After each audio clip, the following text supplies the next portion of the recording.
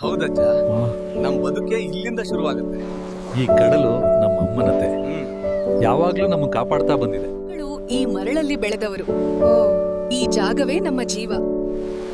ಸರ್ಕಾರ ಇಲ್ಲಿ commercial port ಕಟ್ಟಲು ಅನುಮತಿ ನೀಡಿದೆ. ಇದು ಅಭಿವೃದ್ಧಿ ಅಂದ್ರೆ ನಮ್ಮ ಮನೆಗಳನ್ನ ಕೆಡವೋದ ಸರ್ ಮೇಲೆ ದಾಳಿ. ನಾವ್ ಈಗ್ಲೇ ಹೋರಾಡ್ಬೇಕು. ಕಡಲ ಹತ್ರದವ್ರ ಮನೆ ಹೋಗ್ತಿದ್ರೆ ನಾಳೆ ನಿಮ್ಮನೆಗಳಿಗೂ ಬರೋದು. Commercial port in Keni. Save our village. ನಾವ್ ಎಷ್ಟೋ ಪ್ರಯತ್ನ ಮಾಡಿದ್ರು ನಮ್ ಮಾತನ್ನ ಯಾರು ಕೇಳಲಿಲ್ಲ. ನಮ್ಮವರೇ ಒಟ್ಟಾಗಿ ನಿಲ್ಲಿಲ್ಲ ಅಂದ್ರೆ ನಾವ್ ಹೇಗ್ ಗೆಲ್ಲೋದು? ಈ ಬಂದ್ರೆ ನಮ್ಮ ಮಕ್ಕಳ ಭವಿಷ್ಯ ಏನಾಗ್ತದೆ? ಸರ್ಕಾರದ ಆದೇಶ ಇದೆ, ನೀವ್ ಈ ಪ್ರದೇಶ ಖಾಲಿ ಮಾಡ್ಬೇಕು. ಇದು ನಮ್ ಪೀಳಿಗೆ ಮನೆ ಸರ್, ಹೋಗಕ್ ಜಾಗ ಎಲ್ಲಿದೆ?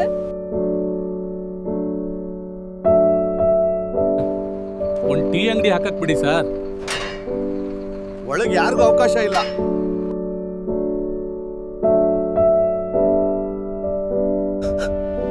ಉಸಿರಿಡಿತಿರ್ಲಿಲ್ಲ. ಇದು ಏನಾಗ್ತಿದೆ ನಮ್ಮ ಊರ್ಗೆ? ಈ ರೋಗಗಳ ಪ್ರಮುಖ ಕಾರಣ ಪೋರ್ಟ್ನಿಂದ ಉಂಟಾಗ್ತಿರುವ ಗಾಳಿ ಮತ್ತು ನೀರಿನ ಮಾಲಿನ್ಯ. ಅಂದ್ರೆ ನಮ್ಮ ಊರಿನ ಸಮಸ್ಯೆಗೆ ಪೋರ್ಟ್ ನೇರ ಕಾರಣ ಅಲ್ವಾ? ನಾವೊಂದು 500 ಜನರ ಜೊತೆ ನಿಂತಿದ್ರೆ ಇಂದು ನಮ್ಮ ಮಕ್ಕಳು ಹೀಗೆ ಬಳಲ್ತಿರ್ಲಿಲ್ಲ. ಮೌನದ ಬೆಲೆ ತುಂಬಾ ದುಬಾರಿಯಾಗಿದೆ. ಇದು ಕೇವಲ 500 ಕುಟುಂಬಗಳ ಕಥೆ ಅಲ್ಲ, ಮೌನವಾಗಿದ್ದ ಸಾವಿರಾರು ಕುಟುಂಬಗಳ ಪಾಠ. ಅವಕಾಶ ಇರುವಾಗ ಒಂದಾಗದಿದ್ರೆ ನಾಳೆ ಉಳಿಯೋದೇ ಇಲ್ಲ.